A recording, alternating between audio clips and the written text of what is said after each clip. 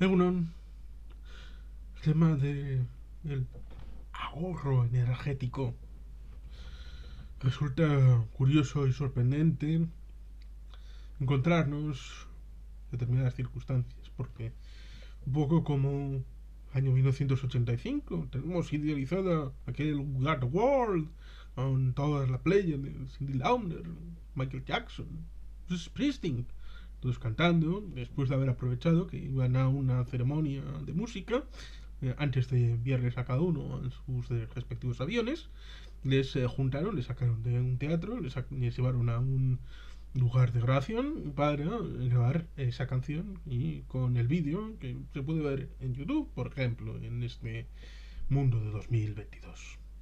Pero como eso, luego haremos una referencia al final del vídeo sobre la inducción, las dificultades, algunos más que otras, pero ciertamente es resultado del asunto de la imposición por parte de Antonio, como diría Mario Draghi, respecto al ámbito del Estado español y con simplemente dos titulares que son significativos, como son, primero, Radio Televisión Española. Establece la idea de que Madrid avisa que las medidas de ahorro energético son inaplicables porque no especifican la duración del apagado.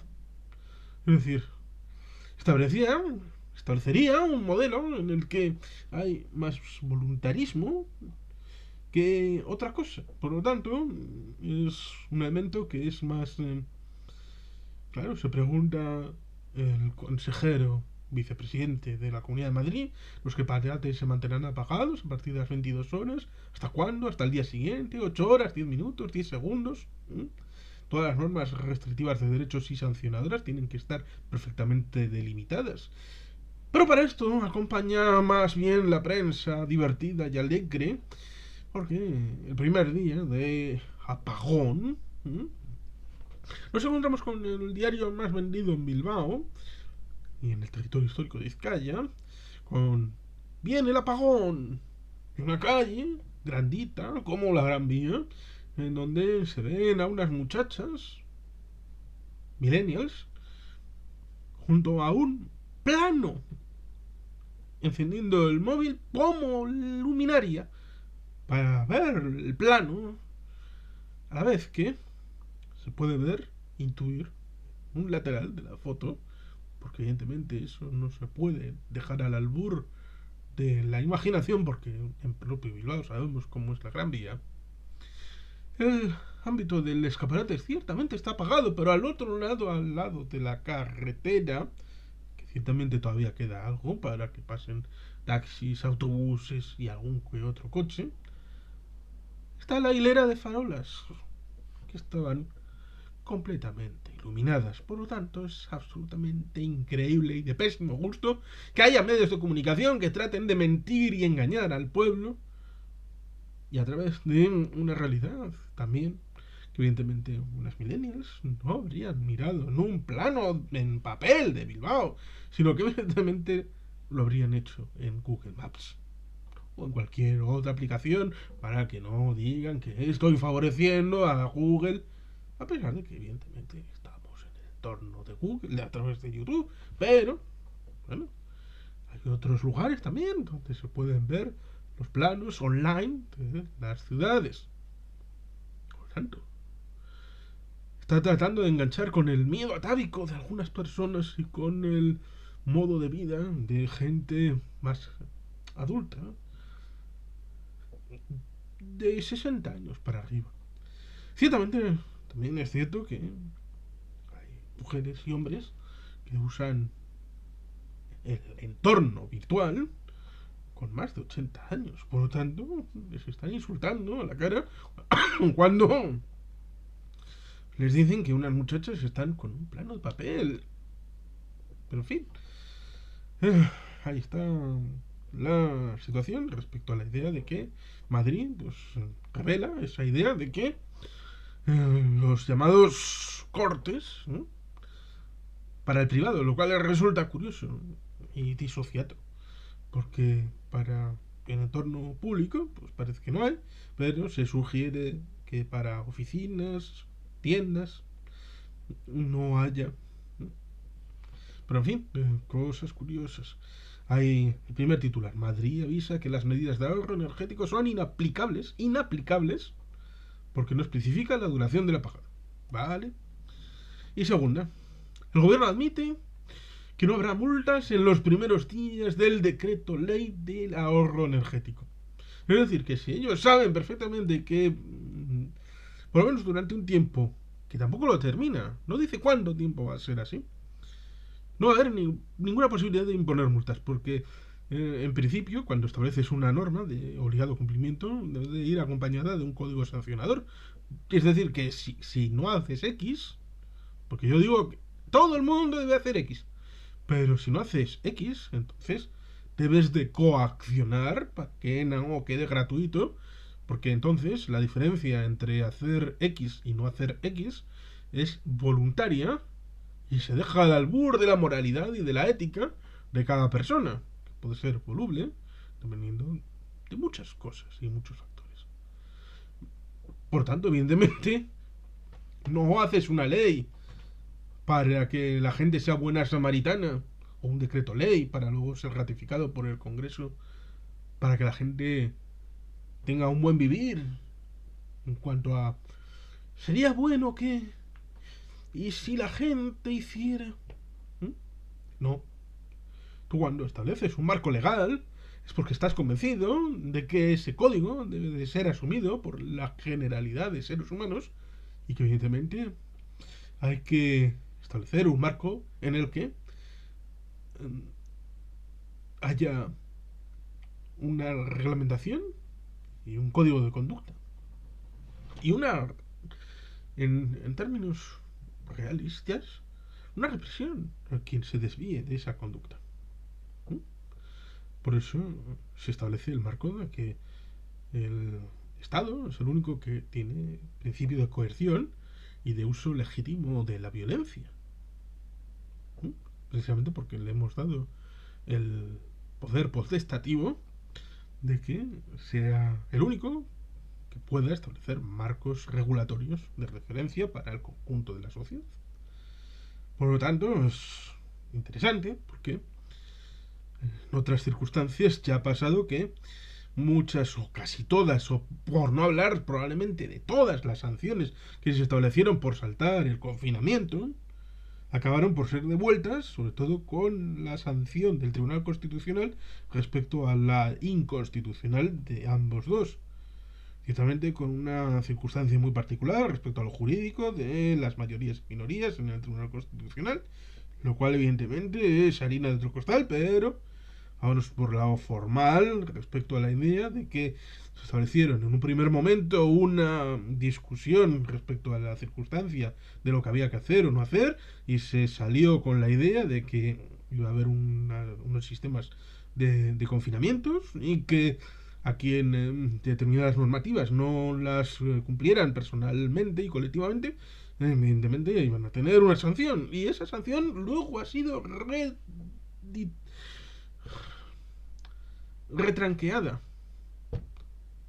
con lo cual en teoría no ha tenido consecuencias más allá de un berrinchín o del momento, pero en un largo plazo se ha hecho la ficción de como que no ha pasado nada. Por tanto, si el gobierno admite antes de la aplicación del decreto ley de ahorro energético que durante los primeros días no habrá ninguna posibilidad de multas, de que no se podrá sancionar, como apunta Teresa Rivera, es un problema tan grave como que se diga a renglón seguido inmediatamente después se dice avisa a los gobiernos autonómicos que podría acudir al Tribunal Constitucional si no se aplica la norma. ¿Pero qué norma? Si no se puede hacer multas en los primeros días, si no se puede hacer coerción y aplicación forzada de la norma, es decir, que sea voluntario, si se deja a un nivel, a un escalón de voluntariedad para la aplicación, ¿cómo se puede establecer a nivel de comunidad autónoma lo que no se puede hacer a nivel particular? Es decir, la coerción para denunciar a los tribunales ordinarios el marco de la aplicación de la norma a las comunidades autónomas.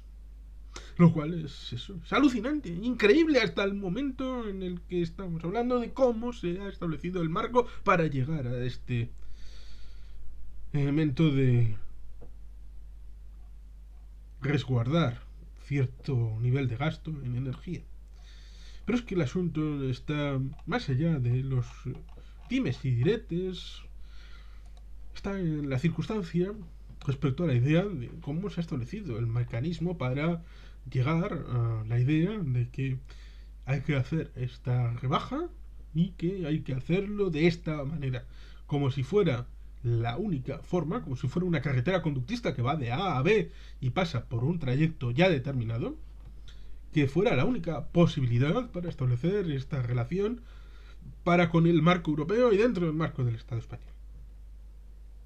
Es absolutamente incomprensible, inenarrable e inconcebible establecer este marco como si fuera el único relato respecto a la idea de rebajar el nivel de gasto del marco general. Ciertamente podría hacer una referencia más expresa al vídeo que hicieron en Visual Economics respecto a las refinerías y al proceso que llevó en un primer término a demostrar supuestamente que era un negocio fallido y luego con las derivadas respecto a la pandemia y a la guerra en Ucrania han derivado en un colapso de las refinerías que ya están todavía ya colapsadas y por lo tanto se ha producido un efecto monopolístico que evidentemente ha hecho subir el precio de la gasolina. Pero evidentemente el asunto es el suministro de insumos de energía. Ciertamente, por el lado de la gestión europea, se establece la idea de que para tratar de paliar un posible efecto hacia el futuro, Navidad de 2022-23 y 2023-24, se establece la idea de rebajar en verano un 15% del gasto respecto a la energía. En el caso de España y Portugal se establece que la rebaja sea del 7,5% en la idea de solidaridad europea, pero con la idea de, evidentemente, de que son islas energéticas con el marco europeo. ¿Pero por qué son islas energéticas? Pues precisamente porque el marco francés, muy vinculado desde los años 70 con las centrales nucleares, bravo por ellos, estableció la idea de que no había que tener una vinculación desde el ámbito de España para con el marco europeo, porque ya eran ellos los que iban a suministrar, en caso de necesidad, electricidad al centro de Europa. Por tanto, ¿para qué hacer una conexión entre la península ibérica con el marco de Alemania o de Austria? No tiene ningún sentido, ¿verdad? Pues mira, ahora sí. Hasta el punto de que parece que están intentando una conexión en Barcelona con Italia, el tema del gas. Fascinante, ¿no? Porque es un asunto increíble. ¿Mm? Porque hacer política populista, que sea de derechas o de izquierdas, respecto a, bueno, evidentemente el tema del carbón, la primera persona que habló contra el carbón por un tema de cambio climático fue Margaret Thatcher. ¿Mm?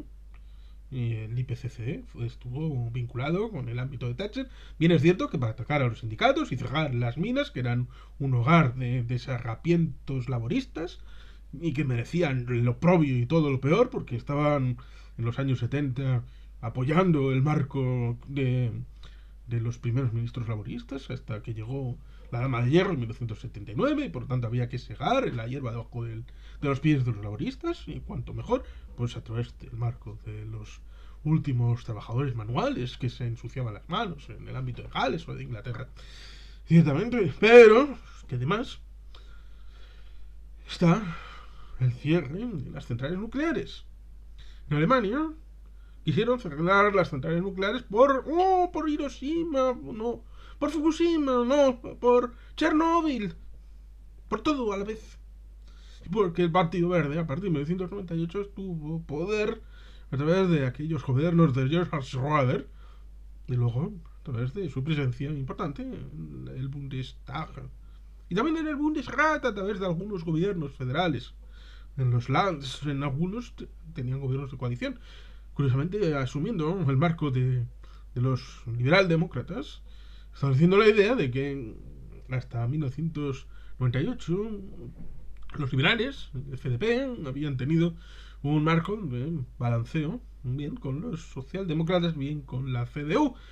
Pero a partir de entonces ha habido algún partido más. Fundamentalmente la idea era que los liberales harían de pinza para la CDU y los verdes harían de pinza para la SPD. Pero luego, evidentemente, las cosas han cambiado. Por ejemplo, ahora hay un gobierno entre liberales, verdes y el SPD, la coalición semáforo. Pero también había la posibilidad de que hubiera un gobierno entre la CDU con liberales y con verdes.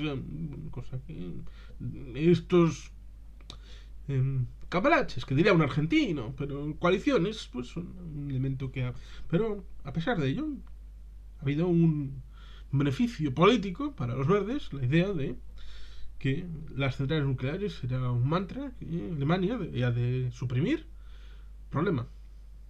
Primero, que no iban a ser capaces de cumplir con el mandato de descarbonización y de ecología respecto al marco energético, porque iban a eliminar las centrales nucleares y a través de ello suministrarse con componentes mucho más contaminantes. Ojo. Y ahora se han dado cuenta de que como Ucrania ha sido invadida por Rusia y Rusia era el suministrador a través del Nord Stream 1 y del fallido Nord Stream 2 de gas para Alemania, se han dado cuenta de que no tienen para pasar el invierno y han convertido el relato de que ese es un problema europeo, de todos los europeos. Es un problema alemán. Es un problema de haber hecho mal las cosas en Alemania por posición dogmática e ideológica. Y eso, evidentemente, es un problema. Un problema que en parte está vinculado al marco de la Unión Europea porque ellos tienen una influencia importantísima. Y evidentemente la desconexión entre países del ámbito de la Unión Europea, en el ámbito energético, es un elemento que ha venido lastrando y ha venido por las diferentes negociaciones a múltiples bandas que ha habido en los años 80, 90 y a comienzos del siglo XXI. Y eso evidentemente es no falta de previsión, sino incapacidad de sentarse y de balancear las posiciones de unos y de otros, porque en todo el mundo, en las asociaciones, en las familias, en las empresas, en los partidos, en los sindicatos, siempre hay múltiples personas y grupos donde hay diferencias de opinión, diferentes intereses, y esto simple y llanamente se establece el marco para poder establecer soluciones. Por lo tanto, no hay que ser tan malos y equívocos con la idea de las euroreuniones y de los consejos europeos y de todas estas cosas. Pero, evidentemente, hay que decirles que cada país, cada estado, cada organización, cada nivel en la Unión Europea, pues ha tenido una cierta responsabilidad en llegar a las circunstancias tal y como estamos. Y por lo tanto es un asunto relevante. Tan relevante como, por ejemplo, decirle al ámbito del Estado español que no hay libertad en energía. Parece un mercado cautivo, porque, bueno, establecíamos que el ámbito de Canarias es un mercado hipercautivo, energéticamente hablando, pero en el ámbito del Estado español, como hemos hablado, de que es una isla en el marco de la Unión Europea, solamente conectado con el ámbito de Portugal, entonces tendríamos una visión que desde el año 84-94 hay una proliferación para la denigración del arma nuclear como energía. No hablamos de proyecto islero, hablamos de energía nuclear como elemento en centrales que no han podido ser construidas. Por ejemplo, una que debió haberse construido, ciertamente es un error haberle dado la palanca a una organización terrorista para una victoria política, la que fueron asesinadas 7 personas trabajadoras de esa central nuclear en Lemoiz, en la Cala Sordas. Un respeto para todos los muertos por el totalitarismo marxista-leninista de la organización terrorista ETA. Ciertamente fue el icono para que se cortara el suministro de posible energía nuclear que, gracias a la votación del Parlamento Europeo y la Comisión Europea, ha establecido de que el gas y aún mucho más la energía nuclear, porque lo del gas ha sido un acompañamiento necesario, sobre todo por los alemanes. La energía nuclear es una energía verde, renovable, en los reactores de cuarta generación que están en establecimiento. Ciertamente no se puede establecer una política de energía nuclear de hoy para mañana porque la construcción puede durar ¿cuánto? Unos cuantos años. Por lo tanto, en principio, aunque se hiciera un desmontaje del imperialismo anti-energía nuclear en el Estado español, en donde está prohibida, está ilegalizada la energía nuclear, hasta dentro de unos años no se podrían ver los efectos. Pero, como mínimo, se puede establecer una política de no cierre de energía nuclear y eso, evidentemente, tiene un impacto positivo, como lo puede tener en Alemania o lo puede tener en Bélgica o en otros países que están considerando el cierre de la energía nuclear, porque evidentemente la energía renovable de concepto tradicional suele establecerse en determinados periodos de la jornada y en determinados momentos del año. Pero de momento todavía no hay la suficiente capacidad para almacenar esa energía y poder soltarla en el mercado energético en el momento oportuno. Por lo tanto, hay un momento en el que hay déficit que debe de ser suplido con energías de transición. ¿Y qué mejor energía de transición que la energía nuclear? Sí, ciertamente, ahí está el gas, que por ejemplo el Estado español tiene 7 centrales para el tránsito del gas licuado. Y eso, en teoría, debería de ser importante, pero claro, como no hay conexión con Italia o con Francia, digamos que ese gas que puede llegar en barco al Estado español se queda en el Estado español. Por lo tanto, eso a Europa pues le viene un poco difícil. Ciertamente fueron inteligentes, por ejemplo, los polacos, que establecieron un gasoducto para suministrarles desde Noruega, que está a pleno rendimiento. O la idea de que, bueno, puede ser tal vez que haya una incorporación a través de los Países Bajos hacia el ámbito de Alemania. Por lo tanto, las soluciones están siendo implementadas a matacaballo, a uña de caballo, por la dificultad que ha habido previamente para establecer marcos de referencia a largo plazo para energías que no dependieran de un determinado país, cosa que hay que tener cuidado también en la diversificación del gas que se compre para suministrar a Europa a partir de un determinado plazo a la hora de establecer ese vínculo para con el marco de no cambiar a un país por uno otro. Hay que diversificar, que antes teníamos aún Rusia, y ahora pues, podamos tener a Australia, a Qatar, a una playa de países con la idea de que el mix energético y de suministro esté diverso para reducir la capacidad de otros de ponernos en dificultad a los europeos. Por lo tanto, este es un tema importante a nivel europeo a la hora de establecer las prioridades para que esto no se repita y que sea un caso de la historia. Ahora de un momento en el que hubo que ser solidarios porque los alemanes hicieron el tonto con el cierre de las energías nucleares y todas estas cosas. Pero ciertamente depende de otros elementos como puede ser tener un invierno benigno. Si hay un invierno en el que no hay que poner la calefacción tanto como en otros años, entonces significará que no hay que hacer tanto gasto y por lo tanto puede que no haya tanta necesidad y que el elemento problemático sea más bajo. Pero evidentemente quien controla el clima, no me digan el HARP, que no vamos a ser conspiranoicos porque eso tiene una explicación muy clara, no funcionó para nada y se lo dieron a las universidades. Haced lo que queráis, investigad, para algo servirá. Es como cuando en una investigación le dijeron a cierto presidente estadounidense, el presidente le dijo, ¿cuál es el invento más importante que vamos a conseguir con esta inversión científica? Y le respondieron, probablemente no esté en la lista de los 10 puntos que usted quiere, porque la investigación científica es así, pero la construcción energética sí tiene un marco de posibilidades. Y eso evidentemente hay que hacerlo con vistas hacia el futuro. Como por ejemplo el País Vasco. El País Vasco ha conseguido una autogeneración de energía importante, hasta un 45%, y eso ha hecho un avance a la hora de tener una seguridad energética en el propio país, aún con las dificultades de que han prohibido el fracking y que sea afortunadamente en todo el estado, porque si fuera solamente en la comunidad autónoma vasca tendríamos un problema, porque el ámbito de Salburúa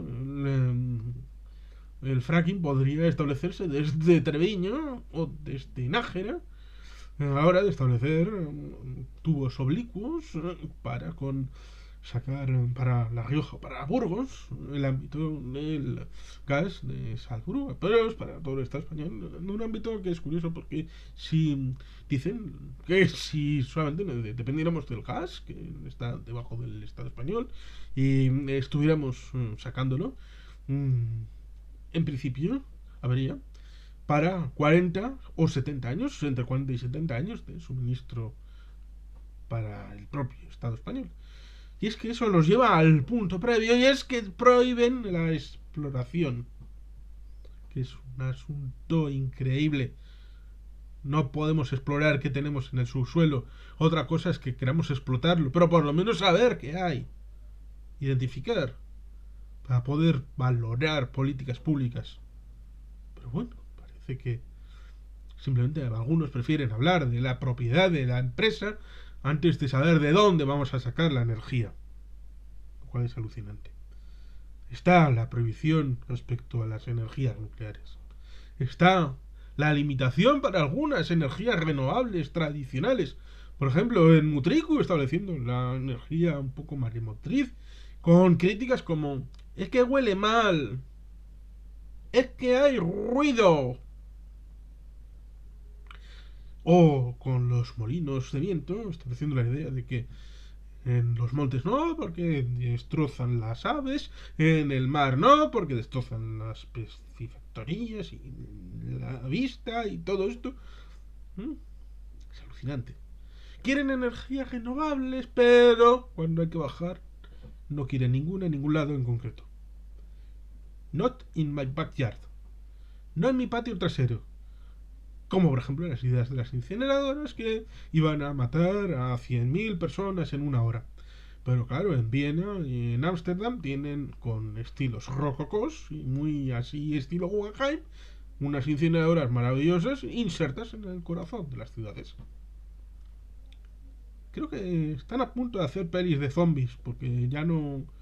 Es que ya debe de no haber ninguno de Viena ni de Ámsterdam viviendo allí, porque deben han muerto todos, ¿verdad? Según lo que decían en los años 90 en el Gran Bilbao. Y también en los años 80. Política para adultos. Ser claros y concisos. Por eso, cuando llegan noticias como el tema del ahorro energético, hay que hacer una visión a largo plazo.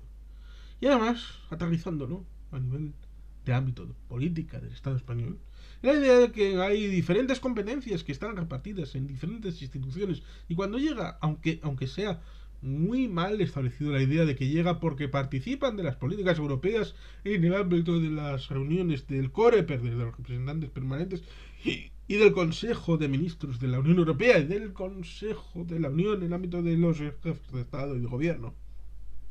Por tanto, tienen capilaridad suficiente para saber lo que se juega en Europa.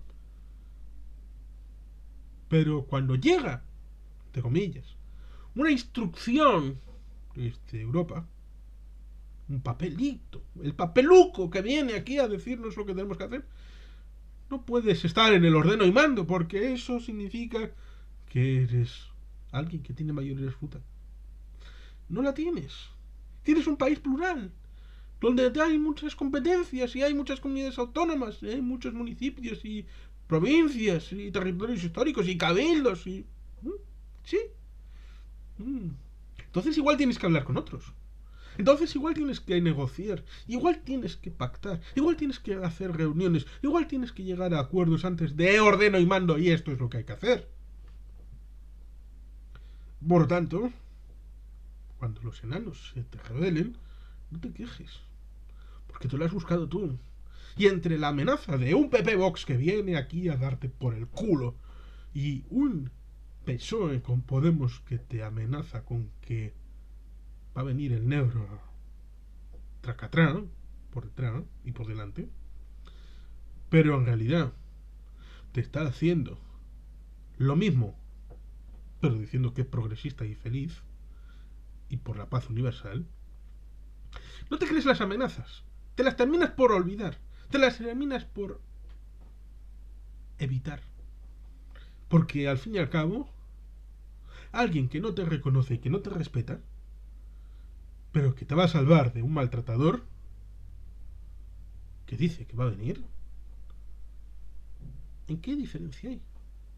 Así que mucho cuidado con lo que se hace y con lo que se dice, porque hay que cumplir con la letra y el espíritu de lo que se pactó el 30 de diciembre de 2019. Hay que hacerlo bien, porque si no, da igual derecha que izquierda, mientras cace ratones.